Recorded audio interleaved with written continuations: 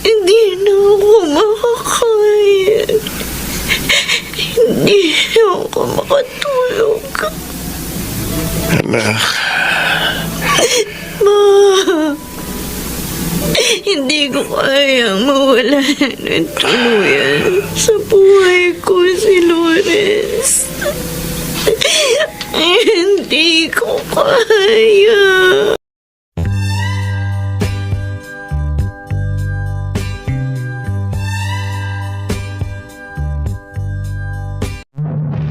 Binuntis mo ako, pero iba ang pinakasalan mo! pananagutan kita.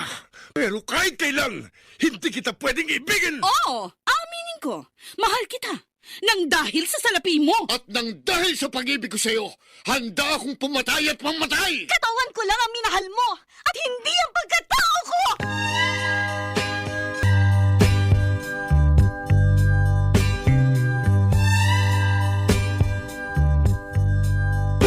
Kumusta po kayong lahat, mga giliw naming tagapakinig? Inaanyayahan ko po kayong pakinggan ang pagsasadula ng mga liham kasaysayan ng pag-ibig na padala ng ating mga taga-subaybay at bibigyan buhay ng inyong mga paboritong bituin sa radyo.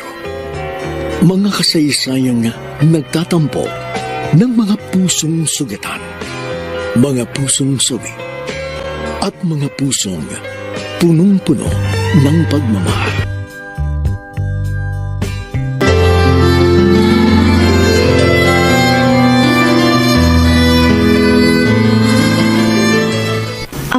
Lawrence?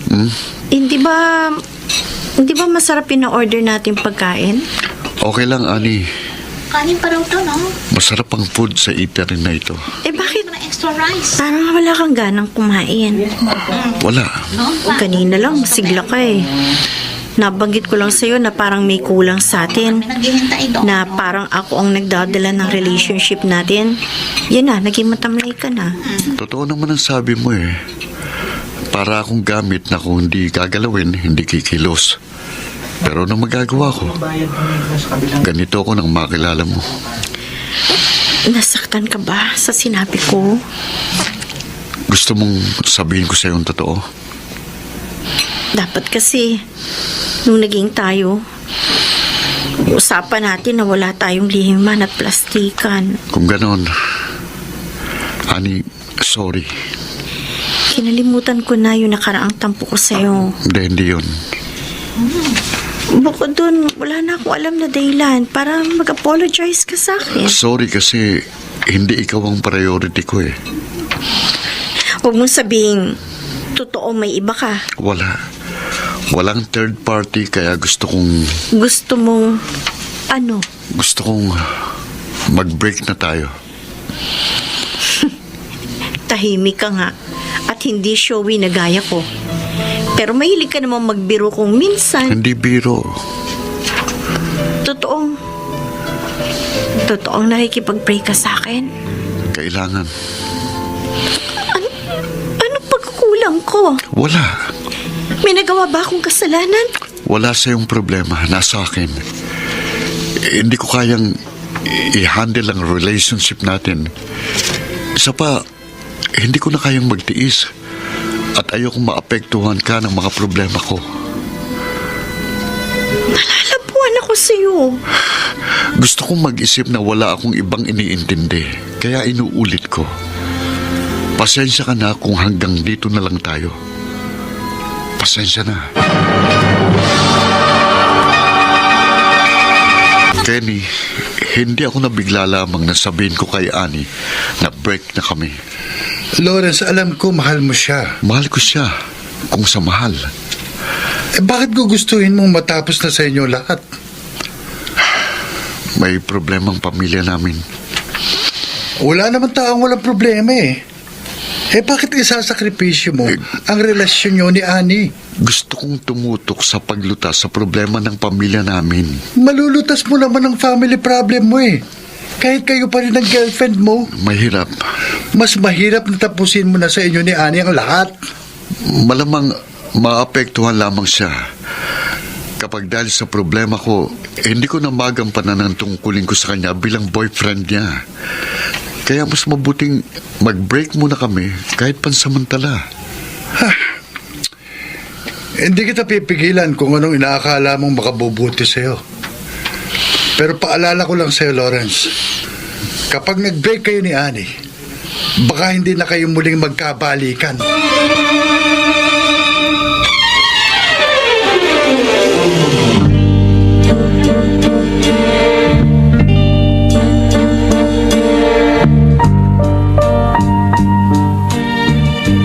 Ano, Annie?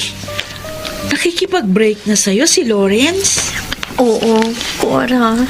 Pero, hindi mo tinanggap. Alam ko kasi nabigla lang siya eh. Malamang hindi na bigla lang ang lalaking yun. Oo nga naman, Ani. Talagang desidido siyang tapusin na sa inyong lahat. Dahil tama ang hinala namin ni Lily. Hinalang ano? Nabukod sa'yo, may ibang girlfriend si Lawrence. Tiniyak sa akin na wala siyang iba. Eh bakit ka maniniwala sa kanya? Oo nga. Ang pakikipag-break niya sa'yo, palatandaan lang yun na may iba siya. At wala na siyang pagtingin sa'yo. Kaya nga. Titiyakin ko yan. O, ano? Kapag tiniyak sa akin ni Lawrence na hindi niya na ako mahal, tatanggapin ko na ang pakikipag-break niya sa akin.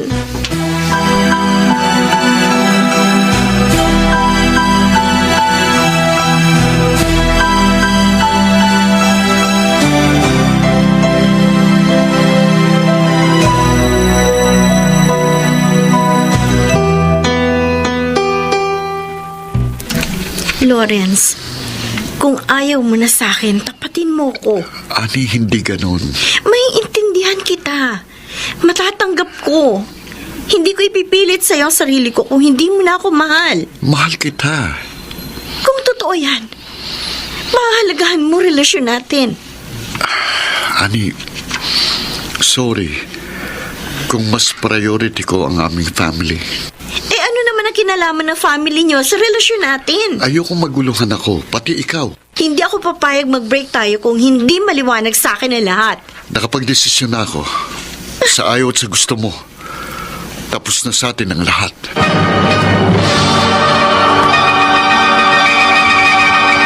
Tinuloy mo rin pala ang plano mong pakipag-break kay Annie, Lawrence. Yun lang ang dapat, Kenny. Di ka nagsisisi? Hindi ko maaaring pagsisiyan ng isang desisyong alam ko makabubuti para kay Annie at sa akin.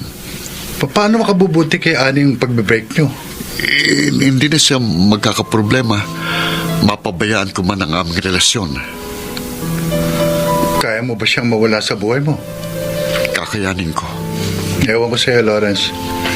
Pero sana, hindi ka magsisi.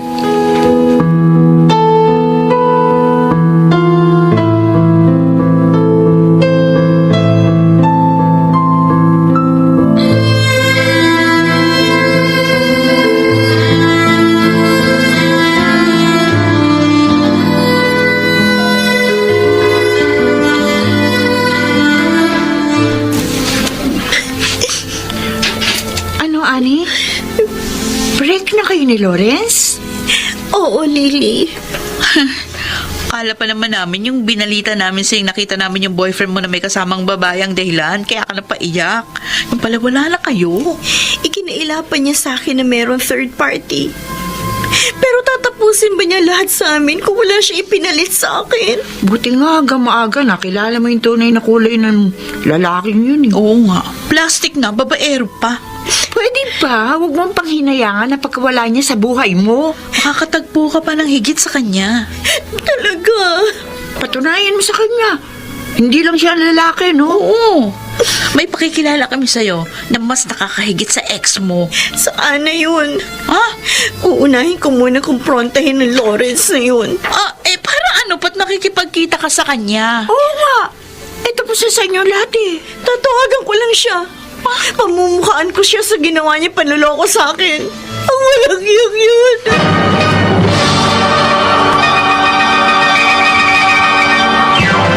Hello? Ani? Bakit ang tagal mo sagutin ang cellphone mo? Hindi ko ina-expect na tatawagan mo pa ako. Kung inaakala mo makikiusap ako at magmamakaawa para makipagbalikan ka sa akin, nagkakamali ka. Hindi ako maghahabol sa sinungaling at manlulokong tulad mo. Ani, busy ako eh. Kaya pala brinake mo ko eh. May pinalit ka na sa akin. Hindi totoo yan. Hayop ka. Huwag mo kong murahin. Wala akong ginagawang kasalanan sa'yo. Mas maniniwala ako sa mga kaibigan ko kaysa sa'yo. Kung ayaw mong maniwala sa akin, bahala ka. Kung nalaman ko lang agad na lolokohin mo ko, hindi sana ako nakipagrelasyon sa'yo. Hindi ako makikipagtalo sa'yo. Nakapagsisisi, pinagkatiwalaan kita. Sa ibang pagkakataon na lang tayo mag-usap. Nakapagsisisi, minahal kita. Hindi na masama ang loob mo. Ito na ang huli ko pakikipag-usap sa'yo. Walang niya. Sabi mo, huwag mo akong murahin eh. Walang niya ka talaga. Hayop, demonyo!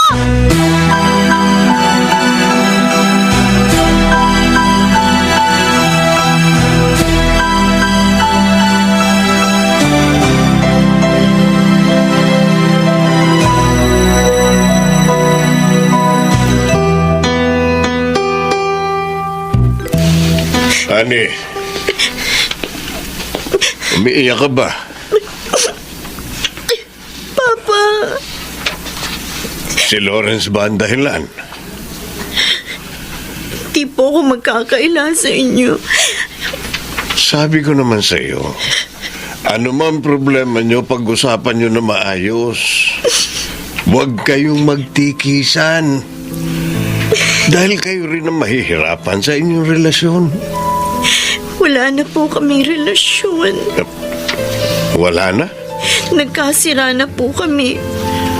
Bakit ka nakipagkasira sa boyfriend mo? Siya po ang nakipagkasira sa akin. Dahil sa ibang babae. Anak, napatunayan mo ba na may ibang babae sa buhay si Lawrence? Kung wala kang sapat na katibayan sa hinala mo, huwag kang agad nagpaparatang.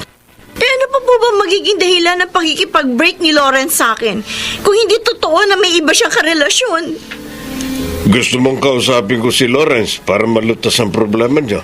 Huwag na po. Sisikapin ko sanang mapag-ayos kayo, pero igagalang ko ang desisyon mo na hayaan ko na kayong lumutas ng inyong problema. Dahil alam ko naman magkakaayos din kayo. Hindi na po, Papa. Anak, magkakaayos at magkakaayos din kayo ni Lawrence. Kung talagang kayo ang nakatakda para sa isa't isa.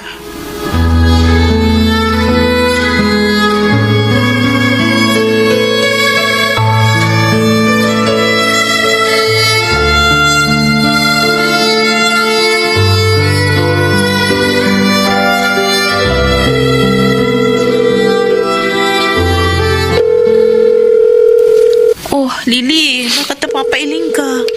Cora, hindi sinasagot ni Ani yung tawag ko eh. Nak, hindi rin nga siya nagre-reply sa mga text ko eh. Bakit kaya? Hindi kaya masama ang loob sa atin ng ating kaibigan.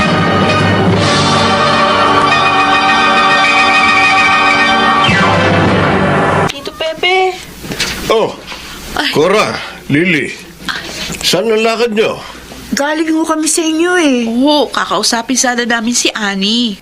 Hindi ho kasi niya sinasagot yung mga tawag tsaka text namin sa kanya. Ang problema, hindi namin nadatnan si Annie doon sa inyo. O ano, gusto nyong bumalik sa bahay? Sumabay na kayo sa pag-uwi ko. Umalis daw ho si Ani, sabi ng kapatid niya. Tsaka hindi alam kung anong oras makakauwi. Hindi totoo yun.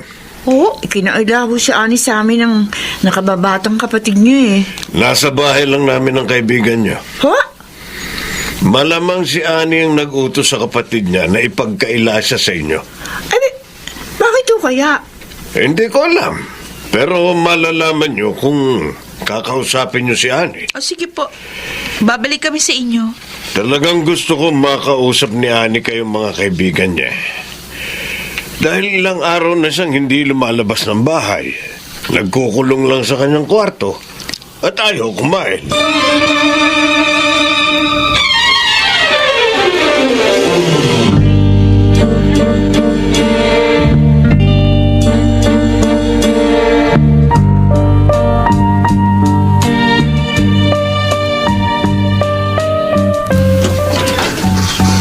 Narito ko lang pala sa kwarto mo, Ani. Oo, sabi ng kapatid mo, umalis ka.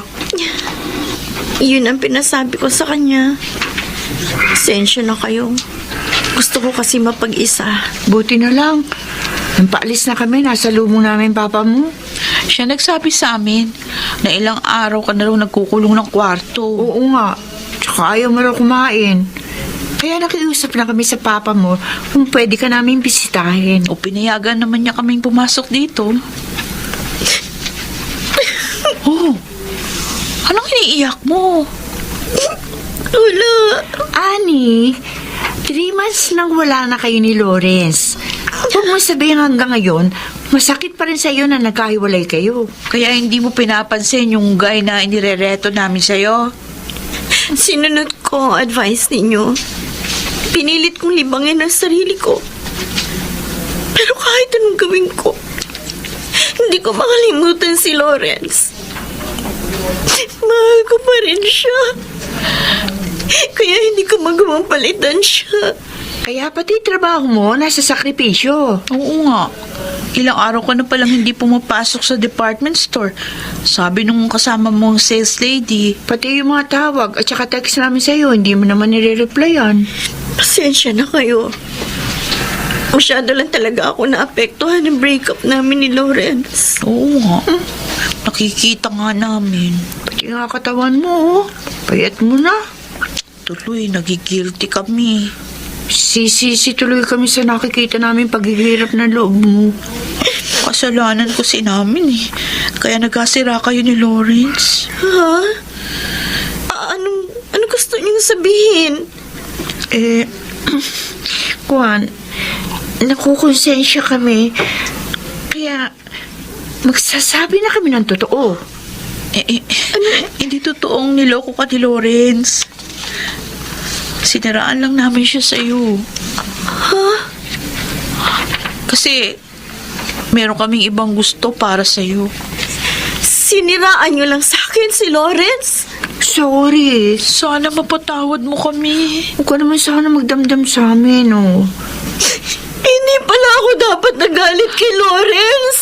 Kung papayag ka, itutuwid namin ni Lily yung nagawa namin pagkakamali. Oo nga. Gagawa kami ng paraan para magkausap at magkabalikan kayo ng ex mo. Huwag na. nga. Huwag na. Lilikod. Salamat na lang. Salamat na lang? Honey, ayaw mo na bang magkabalikan kayo ng lalaki mahal mo?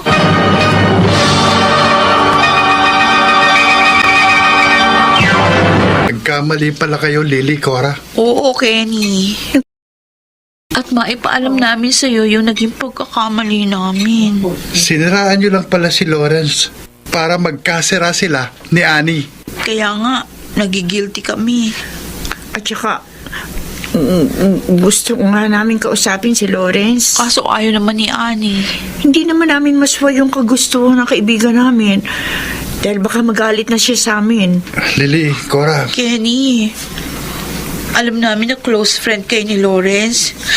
Kaya nagsabi kami sa'yo ng totoo. Pwede ba? Ikaw na magsabi kay Lawrence ng totoo? Para magkabalikan na sila ni Annie.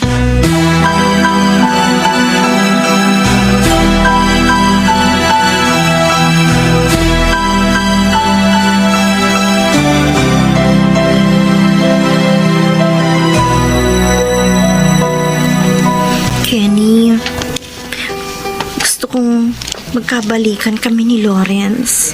bakit ayaw mong kausapin siya ng mga kaibigan mo, Annie? Sina Lily at Cora ang dahilan kaya nagkasira kami. Kaya nga hayaan mong sila rin ang gumawa ng paraan para magkaayos kayo. Huwag na. Naniniwala akong malaking may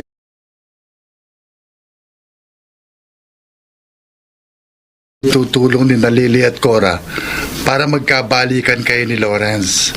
Mabuti kung maniwala pa si Lawrence sa mga yon.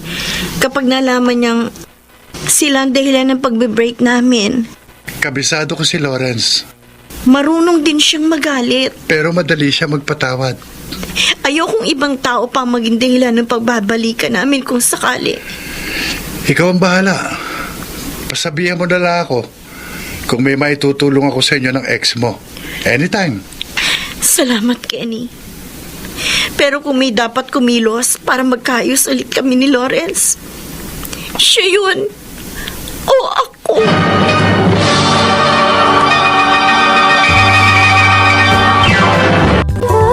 Habang tatagal, lalo kong namimiss si Lawrence. Lalo akong nakukonsensya. Dahil kasalanan ko. Kaya nakapagkasira siya sa akin.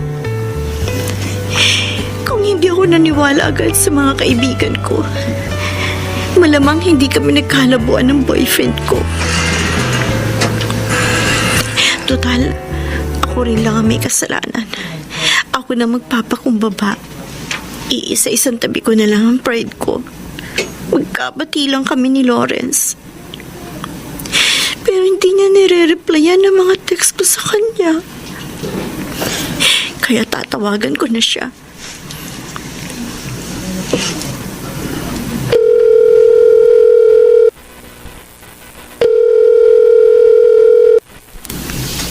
Hello? Hello, Lawrence. Lawrence, alam ko naririnig mo ko. Gusto kong malaman mo na nagsisisi ako. Kasalanan ko kaya nagkalabon tayo. Naniwala ka agad ako sa mga kaibigan ko. Huli na nang malaman kong hindi mo pala ako niloko. Kaya ilang beses ako nag-text sa'yo para magpaliwanag, para humingi ng tawad. Pero hindi ka nagre-reply. Lawrence, patawarin mo na ako. Makipag-usap ka na sa akin, please. Please, Lawrence. Ani, pinahihirapan mo lang ang sarili mo. Ano po ang magagawa ko, Papa? Ayaw mong kumain. Wala akong ganang kumain. Madalas kang magkulong dito sa kwarto mo. Oh, Wala kasi akong gana magtrabaho. anak, huwag kang magpatalo sa problema. Gusto ko mag-move on na, Pa. Pero hindi ko magawa. Dahil hindi pa kayo nagkakabalikan ni Lawrence. Gusto ko magkabalikan na kami. Kaya ako na nagpapakumbaba sa kanya. Pero nitikis pa niya ako. Tinitikis ka. Nagkamali kasi ako eh. Naniwala agad ako kina Cora at Lily na may ibang babae, si Lawrence. Kaya nakipagkasira siya sa akin. Pero nagsisi na po ang mga kaibigan ko. Kaya napatawad ko rin sila. Maiintindihan ka at mapapatawad ni Lawrence. Papa. Anak, kung may panahon ng pagdaramdam, may panahon din ng pagkakaunawa. Pagpapatawad. Kaya alam kong darating ang panahon na si Lawrence din mismo ang lalapit sa iyo para magamot ang naging sugat sa inyong mga puso.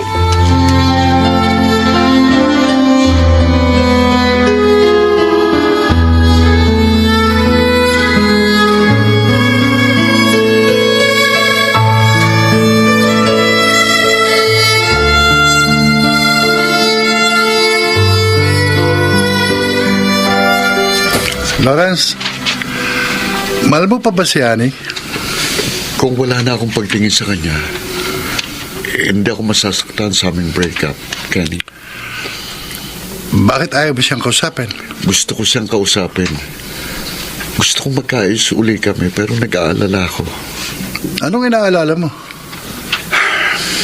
Iniisip na baka kapag nagkabalikan kayo ni Annie, makagawa uli siya ng pagkakamali sa'yo? Masaktan na naman niyang damdamin mo, Ganon? Mas mabuti siguro na magkalayo muna kami. Lawrence, ang problema, bahagi ng buhay yan. Sa pagkakalayo namin, pareho kaming makakapag-isip-isip. Para magkabalikan man kami, maiwasan na namin ang hindi pagkakaunawaan. Walang perpektong pagsasama. Anumang pagsisikap nyo ni Annie na maging maayos ang relasyon nyo, darating ang sandali na magkakaroon kayo ng hindi pagkakaintindihan. Kenny, Ang mahalaga, pareho kayong magsisikap na ayusin ang gusot na namamagitan sa inyo. Dahil kung hindi nyo gagawin yan, baka hindi na kayo magkabalikan kahit kailan.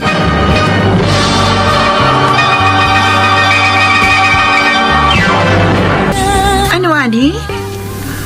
Parang nawawalan ka na ng pag-asa magkakabalikan pa kayo ni Lawrence? Kasi kahit anong pakiusap ko, ayaw niyang sagutin ng mga tawag at text ko. Akala pa naman namin magkakaayos na kayo dahil nagpapakumbaba ka na sa kanya. Ayaw namin sabihin dahil baka masaktan ka, Ani. Pero baka nakalimutan ka na ni Lawrence eh. Oo nga.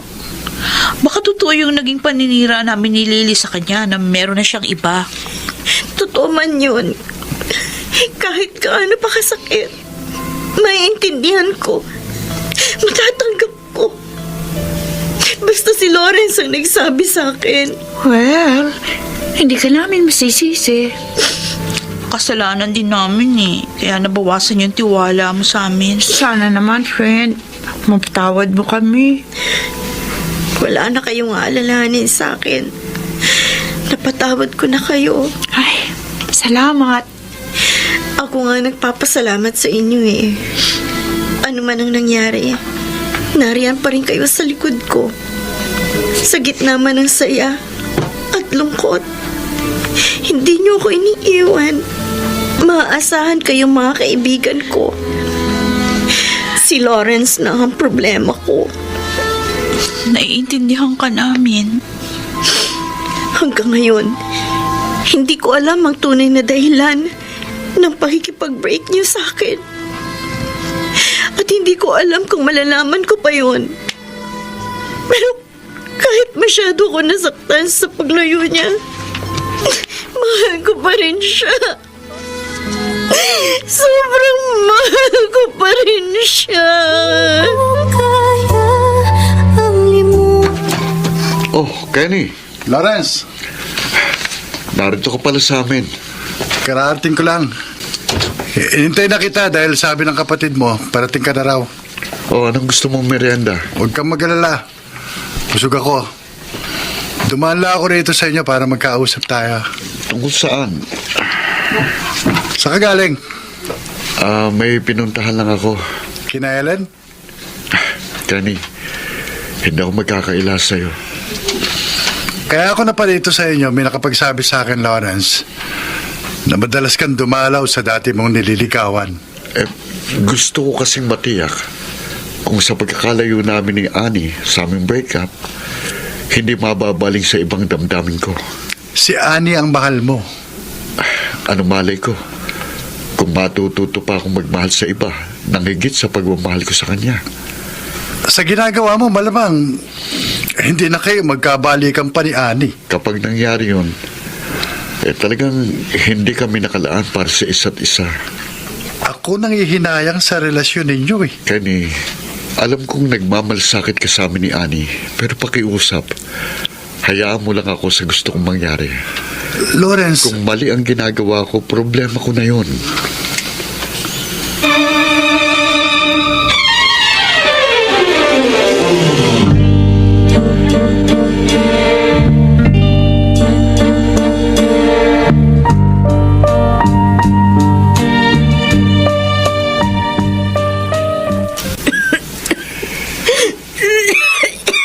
Ani, nagbunga na ang ilang araw na pagpapabaya mo sa iyong sarili. Oh, nagkasakit ka na. Sinikap ko naman po sundin kayo, Papa. Pero Nagpapatalo ka kasi sa damdamin mo. ano magagawa ko? Gusto ko magpakatatag. Pero maisip ko lang na tuluyan na magkakalayo kami ni Lawrence. Na hindi kami magkakabalikan kailanman. Na mabibigo ang lahat ng mga pangarap ko para sa amin dalawa. Hindi na ako makakaya. Hindi ako makatulog. Anak,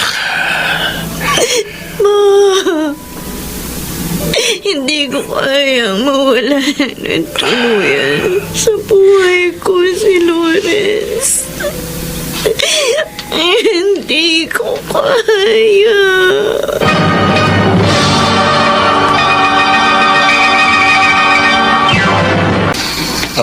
Cora, Lily, kayo? Oo, Lawrence. Kami nga. Kayo palang sinabi ng kaopisina ko na mga bisita ko. Sorry, hindi kagad ako nakalabas sa receiving area dahil may meeting kami ng boss ko. Okay lang. Lawrence, naparito kami at naghintay sa iyo dahil importante sasabihin namin sa iyo eh. Oo nga. Nagkamali kami sa'yo. Sinuraan ka namin kay Annie. Kaya nagkalabuan kayo hanggang sa tuluyan kayo magkasira. Pinagsisisihan na namin yun. Sana, Lawrence, mapatawad mo naman kami, oh. Wala na kayong iintindihin sa akin. Napatawad ko na kayo. Salamat. Pero, gusto sana namin ito yung naging pagkakamali namin sa inyo ni Annie. Lily, Cora, At saka, kaya kami na parito dahil naaawa kami kay Annie. Oo nga. Hindi niya kasi nakayanan yung pagkakasira niyo kaya nagkasakit siya. may sakit si Annie. Oo. Ilang araw na siyang nakaratay. Palala ng palala ang karamdaman niya. Lawrence, pakiusap naman mo.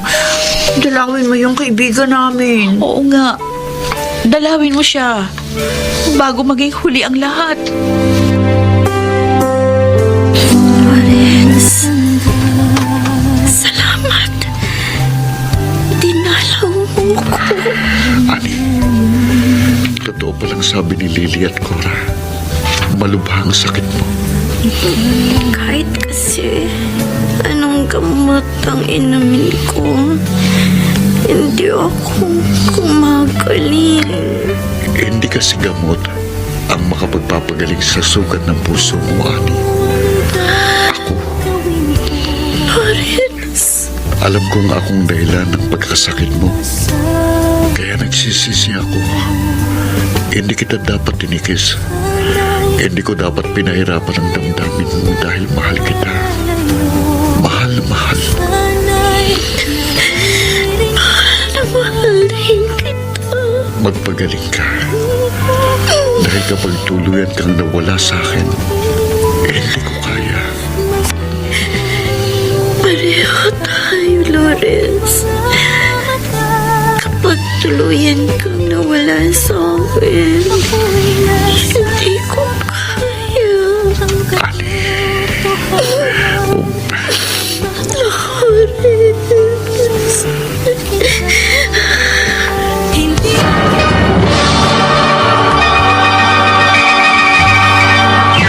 Para lamang ako nagdahilan nang dumalaw sa akin si Lawrence at muli kaming nagkaunawaan. Madali akong gumaling sa sakit ko.